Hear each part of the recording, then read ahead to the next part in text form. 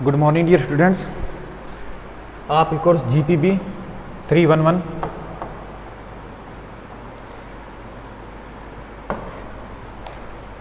Crop improvement क्रीप crop अपने पढ़ रहे थे। तो पहले अपने लेक्चर चल रहा था राइस क्रॉप, जिसमें अपने क्रॉप इम्प्रूवमेंट के एस्पेक्ट्स के बारे में चर्चा कर रहे थे। तो अपने इसमें बेसिक डिस्क्रिप्शन उसका पढ़ा, सेंटर ऑफ ओरिजिन उसका बॉटेनिकल नेम क्या है, तो उसका कैसे डिस्ट्रीब्यूशन है, कहाँ पर है, उसकी क्या वर्ल्ड रिलेटिव है, क्या उसका जो फ्लोरल बायोलॉजी है वो क्या है। तो इन चीज़ों के बारे में अपने कल डिस्कस किया था। आज अपने जो ब्रीडिंग प्रोसीजर्स हैं उनके बारे में डिस्कस करेंगे। तो आपको लगभग जो पहले का है वो थोड़ा रिवाइज कर लेते हैं इसमें। तो अपने देखते हैं इसके अंदर फ्लोरल बायोलॉजी के अंदर, तो अपने इसका फ्लोवर के बारे में पढ़ा। लिम्मा और पीलिया होते हैं, इसमें ग्लूम्स लगे होते हैं, इसमें 6 स्टेमन्स पाए जाते हैं, और जो इसकी होती है स्टिग्मा होती है वो फेदरी टाइप की होती है और डबल होती है। इसमें इस प्रकार की तो रिसेप्टिव स्टिग्मा होती है और ये स्टाइल होती है, ये स्टिग्मा।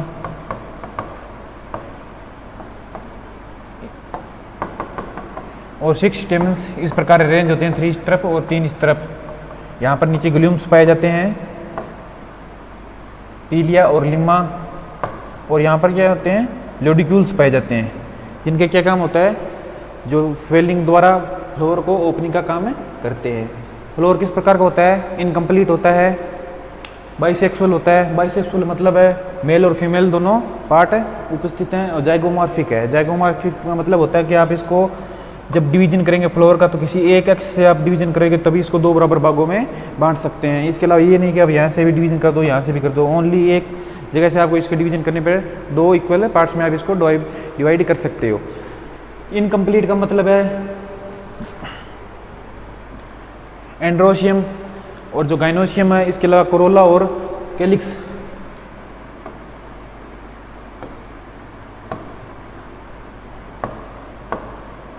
जिसे अपने सेपल्स कहते हैं, इन्हें अपने पेटल्स कहते हैं। पेटल्स यानी कि जो अपने कंप्लीट फ्लोर होता है, इस प्रकार के फ्लोर के बाहर जो कलरफुल अपने जो पेटल्स पंखुड़ियाँ होती हैं उनको पेटल्स बोलते हैं, जिन्हें कोरोला कहते हैं। और नीचे जो ग्रीन कलर की इस प्रकार की जो पाई जाती है उन्हें सेपल्स या कैलिक्स बोलते हैं। इन दोनों को कंबाइंड टर्म में क्या बोलते हैं, पेरियंथ बोलते हैं, पेरियंथ।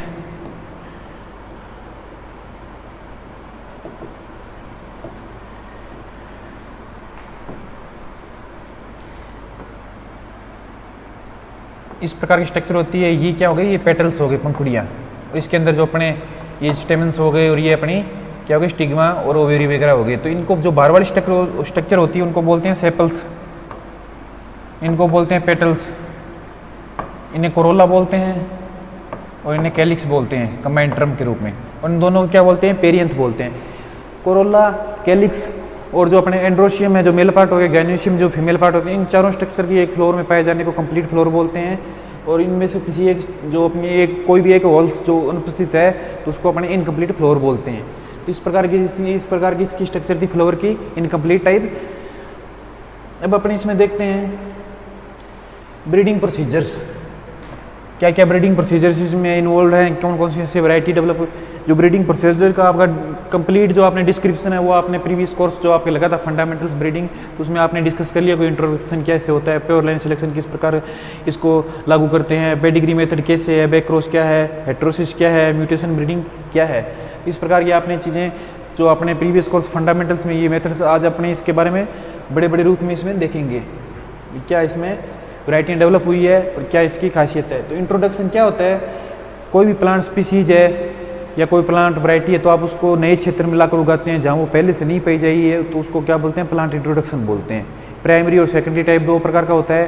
प्राइमरी में आप इसको डायरेक्ट इंट्रोड्यूस कर देते हैं, सेकेंडरी में कुछ आप अदर मेथड अपना कर उसमें थोड़ा बहुत चेंज करके उसको आप उस नए क्षेत्र में इंट्रोड्यूस करते हो। तो इस प्रकार की प्रक्रिया क्या बोलते हैं, plant introduction. Plant introduction consist of taking a genotype और group of genotype plant into a new area, यानी कि नए क्षेत्र और नए रीजन, यानी कि नए एरिया और नए रीजन के अंदर आप इसको लगाते हैं जहाँ वो पहले से नहीं उगाया गया हो, उसको प्लांट इंट्रोडक्शन अपने बोलते हैं।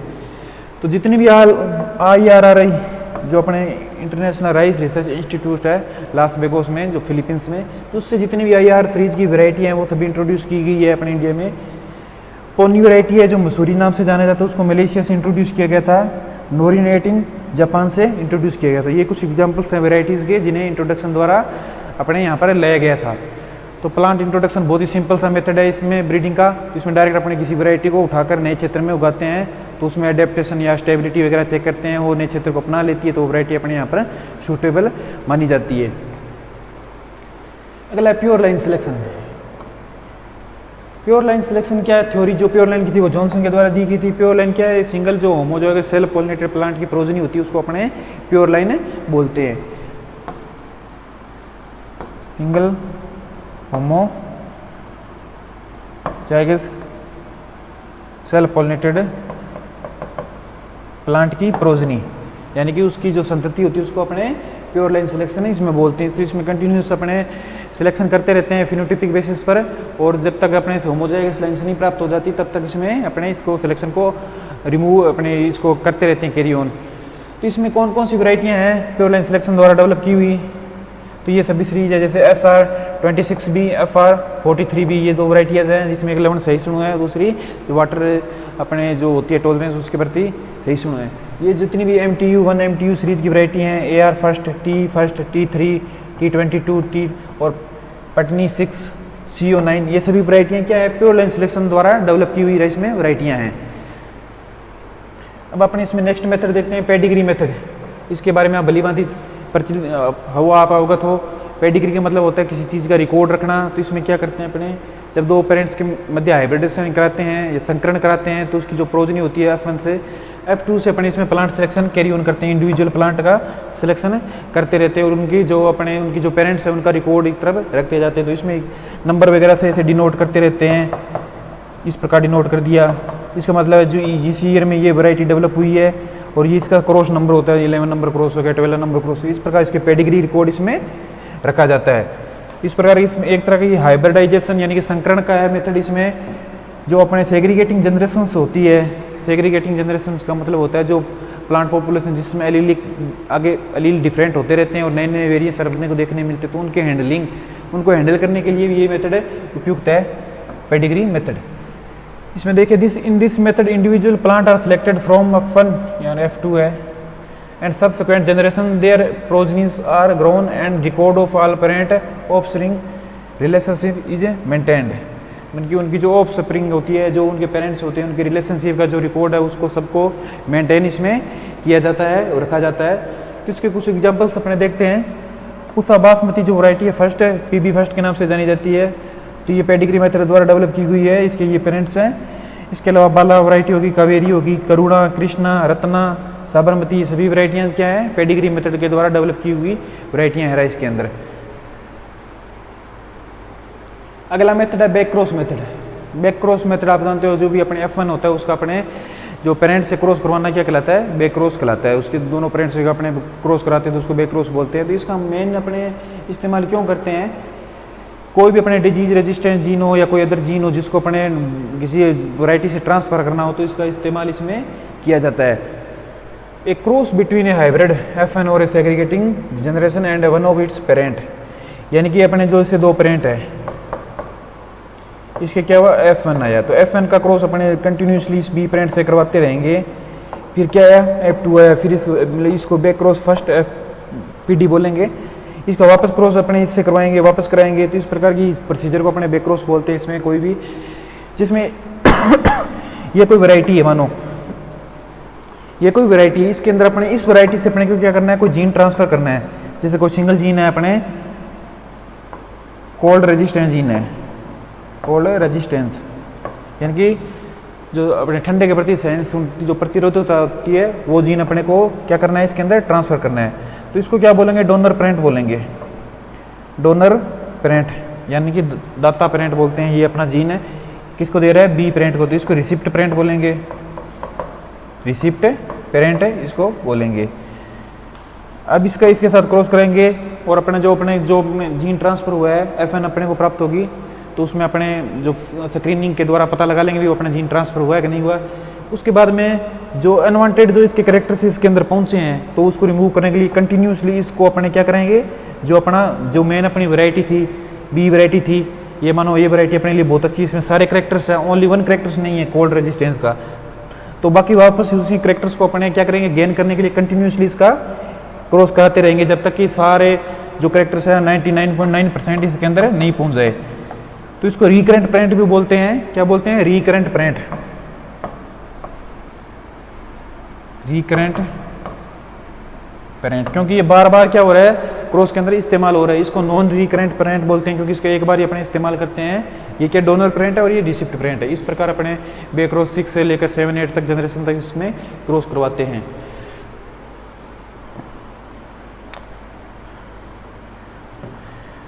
तो जो स्वर्ण ये वैरायटी है, इसके अंदर स्वर्ण सब फर्स्ट और developed by marker assisted back cross, जो मेथड होते हैं स्वर्ण वैरायटी से इसको डेवलप किया गया था। मार्कर असिस्टेड का मतलब है इसमें अपने फिनोटाइपिकली स्क्रीनिंग नहीं करनी पड़ती, इसमें डायरेक्ट अपने मार्कर असिस्टेड सिलेक्शन के द्वारा डायरेक्ट अपने इसमें पता लगा सकते हैं। डायरेक्ट जो जीन होता है उस लोसाई का अपने पता लगा लेते हैं। मतलब फिनोटाइपिकली अपने इसमें स्क्रीनिंग नहीं करनी थी। स्क्रीनिंग मतलब होता है जो अपने जीन ट्रांसफर हुआ कि नहीं उसको देखने के लिए अपने फिनोटाइप में, जैसे हर्बिसाइड रेजिस्टेंट जीन है तो हर्बिसाइड का इस्तेमाल करेंगे छिड़का कर, जो प्लांट सर्वाइव कर गए तो उनमें क्या हुआ, जीन ट्रांसफर हो गए, जो नहीं किए उसमें नहीं हुआ। इस प्रकार है मार्कर असिस्टेड बैक क्रॉस में क्या होता है, अपने डायरेक्ट लोसाई का पता लगा के मार्कर जो असिस्टेड सिलेक्शन होता है उस मेथड से इसका पता लगा लेते हैं। तो ये जो सबमर्जेंस रेजिस्टेंट जीन है,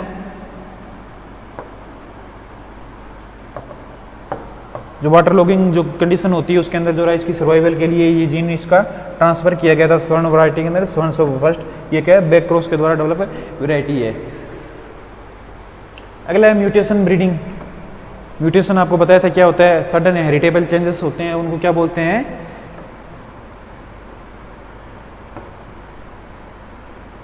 हेरिटेबल चेंजेस। जो अपने डीएनए न्यूक्लियोटाइड्स वगैरह होते हैं, जो बेस पेयर होते हैं, उनमें सडन क्या होते हैं, चेंजेस आ जाते हैं बेस पेयरिंग में। तो क्या होते हैं, अगर वो हेरिटेबल हैं तो वो म्यूटेशन कहलाएंगे, क्योंकि वो पीढ़ी दर पीढ़ी आगे ट्रांसफर होते रहते हैं। अगर वो नहीं होते हैं तो इन्वायरमेंटली इफेक्ट हो सकता है, इन्वायरमेंट की वजह से कोई चेंजेस आ सकते हैं।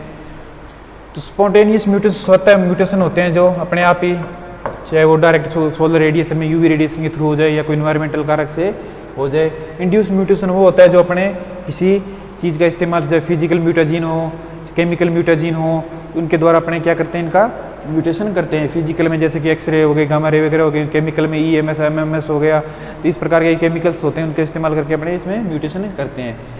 तो GEB24 फ्रॉम कोनामनी वैरायटी से इसका म्यूटेशन होकर ये वैरायटी बनी है।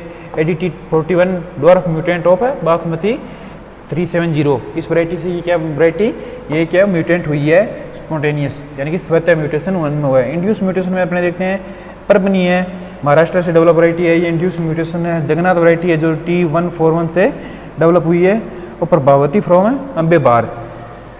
तो इस प्रकार की वैरायटियाँ हैं जो म्यूटेशन के थ्रू अपने राइस में डेवलप की है, और भी काफ़ी वैरायटियाँ हैं। मोस्ट पॉपुलर वैरायटी यहाँ पर आपने नोटिस की है। तो म्यूटेशन ब्रीडिंग का भी बहुत अहम रोल है। नए नए वेरिएशन अपने को डेवलप करने के लिए म्यूटेशन की जरूरत होती है, हाइब्रिडाइजेशन की जरूरत होती है। जो प्रचलित वेरिएशन है उसको तो अपने कर सकते हैं, लेकिन जो नया वेरिएशन क्रिएट करना हो तो अपने को उसमें चेंजेस करने होंगे ताकि अपने कुछ नया वेरिएशन देखने को मिले। अगला है हेट्रोसिस ब्रीडिंग। हेट्रोसिस क्या होता है, हाइब्रिड वीगर बोलते हैं जिसको। जो F1 होता है तो उसकी जो सुपीरियोरिटी होती है अपने दोनों पेरेंट से, उसको हेट्रोसिस बोलते हैं। चाहे वो यील्ड में हो, चाहे अदर कैरेक्टरिस्टिक में हो, मतलब उस सुपीरियोरिटी का मतलब है उसका उच्चतम होना अपने दोनों पेरेंट्स से। दोनों पेरेंट्स से क्या होना, सुपीरियर होना, उसको क्या बोलते हैं, हेट्रोसिस बोलते हैं। Superiority of F1 over the both parents in known as heterosis और हाइब्रिड वीगर।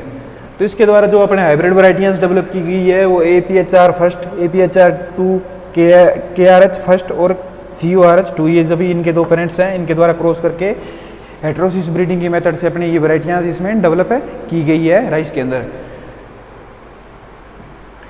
अब अपने इसमें बढ़ते हैं गोल्डन राइस। गोल्डन राइस काफ़ी जो टर्म है, ये काफ़ी प्रचलित टर्म है।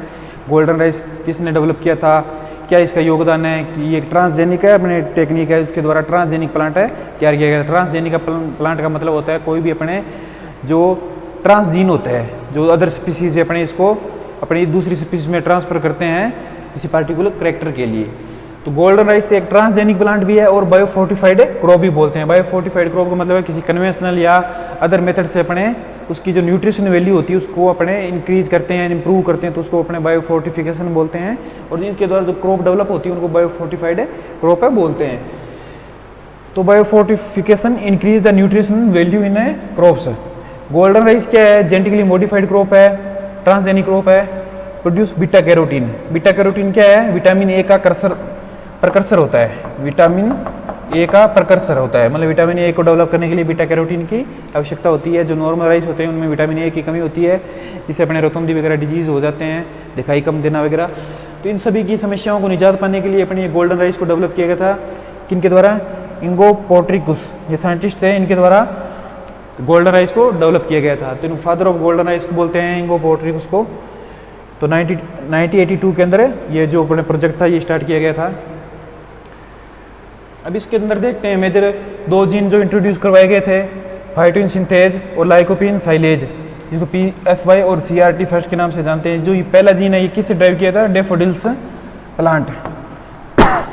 डेफोडिल्स प्लांट होते हैं उसके द्वारा ये जीन है ट्रांसफर किया गया था। जो ये लाइकोपिन साइलेज जीन है ये किसे? सॉइल बैक्टीरियम इरविनिया यूरेडोरा, इस बैक्टीरिया से ये जीन है ट्रांसफर किया गया था। इन सभी को जो अपने जीन को ट्रांसफर करके इस प्लांट के अंदर, प्लांट जीनोम के अंदर इंट्रोड्यूस किया गया था, जो बीटा कैरोटीन का सिंथेसिस करते हैं और वो विटामिन ए का आगे निर्माण करता है। तो इस प्रकार इस गोल्डन राइस है वो डेवलप हुआ था।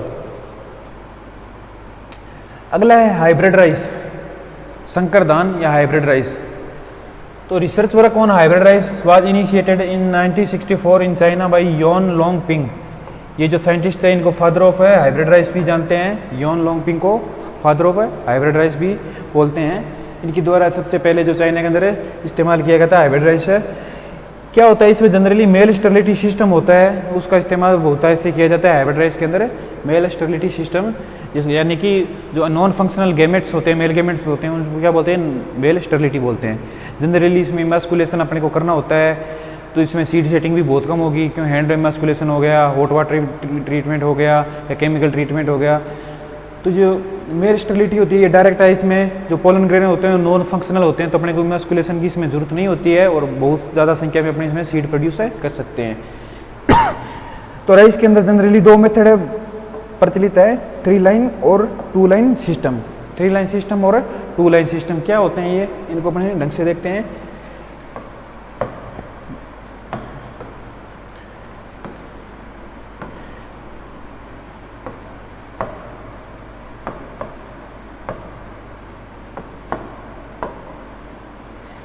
ए लाइन, बी लाइन और आर लाइन। ए लाइन क्या होती है? मेल स्टेराइल लाइन होती है।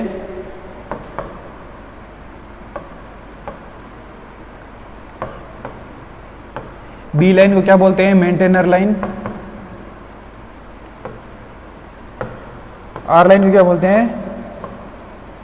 Restorer line. Male sterile line यानी कि नर जो बंदे लाइन होती है, इसके अंदर क्या होता है? जो अपने जो होते हैं न्यूक्लियर जीन्स होते हैं वो मेल स्टेराइल होते हैं। जो पोलन ग्रेन प्रोड्यूस होंगे वो क्या होंगे? नॉन फंक्शनल इसमें पोलन ग्रेन होंगे। बी लाइन क्या होती है?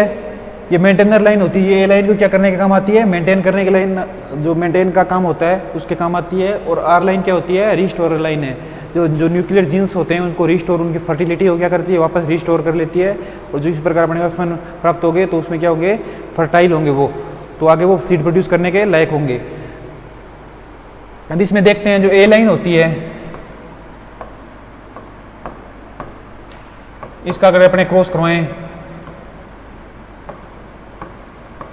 ये क्या डोमिनेंट जीन है और ये रिसेसिव जीन है। तो जो अपने प्राप्त होगा वो सभी क्या होंगे? अपने को मेल फर्टाइल प्राप्त होंगे। मेल फर्टाइल होंगे क्योंकि डोमिनेंट जीन यहाँ पर कैरी कर रहा है। तो इसके बाद में जब अपने इनका सेल पॉलिनेटेड, जो सेल पॉलिनेशन है वो करवाएंगे, तो अपने को किस रेशो में प्राप्त होंगे प्लांट?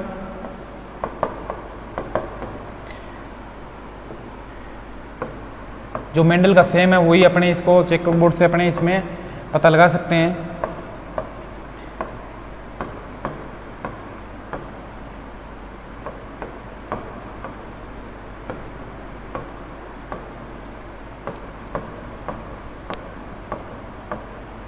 तो ये प्लांट क्या है अपने को मेल स्टेराइल प्लांट है, यानी कि ए लाइन का ये एक बिल्कुल होमोजाइगस प्लांट अपने को प्राप्त हो रहा है। ये बाकी क्या होंगे, तीनों क्या होंगे, मेल फर्टाइल होंगे। तो इनको अपने क्या कर देंगे, रिजेक्ट कर देंगे और इस लाइन की सीड को हार्वेस्ट कर लेंगे। तो ये क्या ए लाइन है, इस प्रकार इसको मेंटेन करते जाते हैं। अभी वापस इस लाइन का क्रॉस अपने को जो हेट्रोजाइगस लाइन है बी लाइन, इससे के साथ कराएंगे तो अपने को 1:1 में फर्टाइल और स्टेराइल प्लांट प्राप्त होंगे। जो फर्टाइल प्लांट है उनको रिजेक्ट कर लेंगे या ए जे बी लाइन वापस यूज करेंगे, और जो स्टेराइल प्लांट है, नरबंदीय प्लांट है, उनको एज ए लाइन यूज करेंगे। तो इस प्रकार इसका मेंटेनेंस किया जाता है।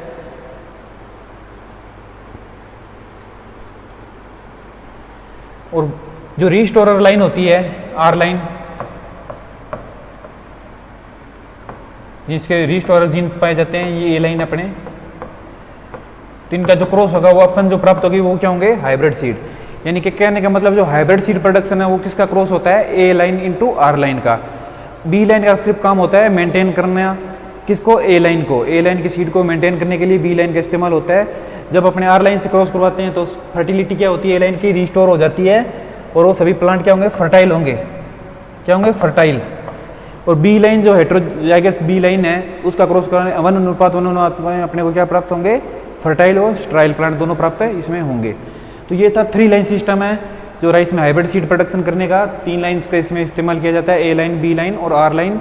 ए लाइन क्या है, नरबंदे लाइन है, बी लाइन मेंटेनर लाइन है, और आर लाइन क्या है, रिस्टोरर लाइन है, जो फर्टिलिटी को रिस्टोर वापस करती है। तो हाइब्रिड सीड प्रोडक्शन के लिए ए इंटू आर लाइन का क्रॉस है, क्या कहलाएगा, हाइब्रिड सीड प्रोडक्शन इसमें कहलाएगा।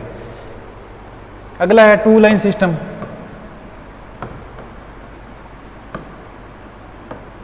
टू लाइन सिस्टम क्या होता है, इसके अंदर क्या होता है, जनरली इसमें अपने बी लाइन का इस्तेमाल नहीं किया जाता है। ए लाइन और आर लाइन 2 ही लाइनों का इस्तेमाल इसमें किया जाता है। सिंपल मेथड है क्योंकि उसमें 3 लाइनों को इस्तेमाल होता है, इसमें जनरली 2 लाइन इसमें इस्तेमाल अपने करते हैं। इसमें ए लाइन क्या होता है, जो अपने इसमें जनरली जेनेटिक मेल स्टेरिलिटी का इस्तेमाल किया जाता है। उसके अंदर 3 लाइन सिस्टम में क्या था, जेनेटिक मेल स्टेरिलिटी, इसके अंदर जेनेटिक मेल स्टेरिलिटी है, उसके अंदर साइटोप्लाज्मिक जेनेटिक मेल स्टेरिलिटी है।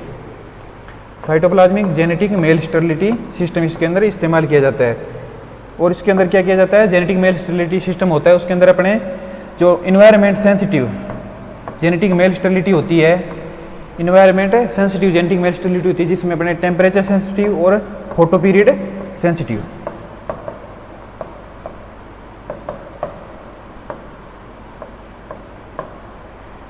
Temperature sensitive genetic male sterility और photoperiod sensitive genetic male sterility, ये दोनों किसके प्रकार हैं, environmental sensitive genetic male sterility के सिस्टम। इसके अंदर क्या होता है, जो टेम्परेचर यानी कि तापमान सेंसिटिव है, इसके अंदर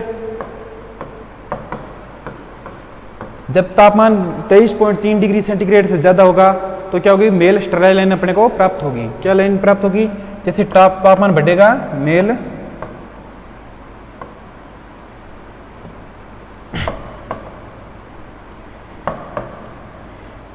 मेल स्टेरिलिटी कब होगी, जब तापमान 23.3 डिग्री सेंटीग्रेड से ज़्यादा होगा।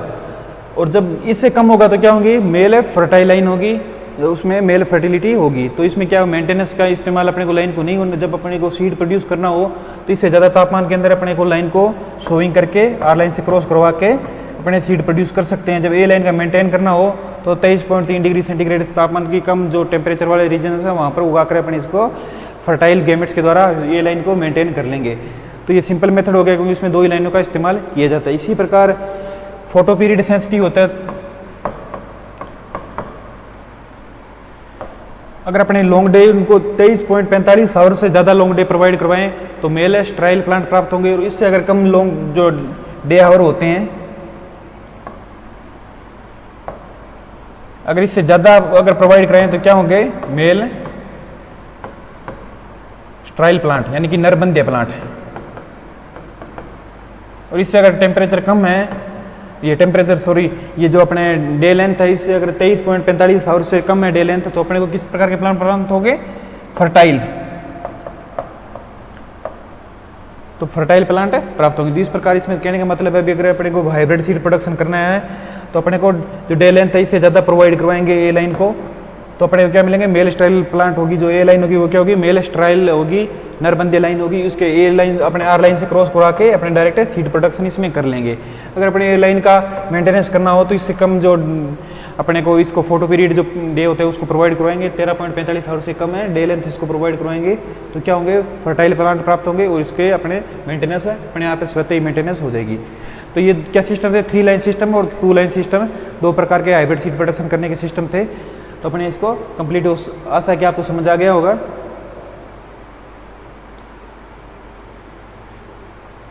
थ्री लाइन सिस्टम में क्या इस्तेमाल किया जाता है, cytoplasmic genetic male sterility system, जिसके अंदर ए लाइन, बी लाइन और आर लाइन तीनों का इस्तेमाल किया जाता है। इसके अंदर जेनेटिक मेल स्टेरिलिटी, जिसके अंदर environment sensitive genetic male sterility और उसके अंदर टेम्परेचर और photoperiod sensitive genetic male sterility. तो जेनेटिक मेल स्टेरिलिटी का एक प्रकार है इन्वायरमेंट सेंसिटिव और इसका एक प्रकार है टेम्परेचर सेंसिटिव और photoperiod sensitive. Photo period मतलब दीप्ति काल, किसी पर्टिकुलर क्रॉप अगर अपने डे लेंथ जो दिन के आवर्स होते हैं वो प्रोवाइड करवाते हैं। अलग अलग डिमांड होती है, शॉर्ट डे प्लांट और लॉन्ग डे प्लांट। तो लॉन्ग डे प्लांट को क्या होती है, डे लेंथ ज़्यादा चाहिए, शॉर्ट डे प्लांट को कम चाहिए होती है। किसके लिए, पुष्पन के लिए। तो इस प्रकार इसकी इस्तेमाल करते हैं अपने हाइब्रिड सीड प्रोडक्शन के अंदर कर सकते हैं। तो ये था हाइब्रिड सीड प्रोडक्शन। तो अपने राइस के बारे में पढ़ा, इसके ओरिजिन के बारे में पढ़ा।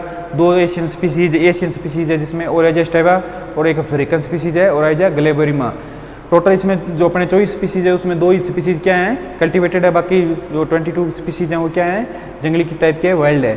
जिसमें ओराइजा रूफीपोगोन हो गया, ओराइजा आपकी निवोरा हो गया, ओराइजा लिंग्विस्टेमिनम हो गया, ऑस्ट्रेलियंस हो गया। तो काफ़ी ये स्पीसीज पाई जाती हैं जिनके इस्तेमाल अपने डिफरेंट कैरेक्टर्स का ट्रांसफ़र करने के लिए भी इसमें करते हैं।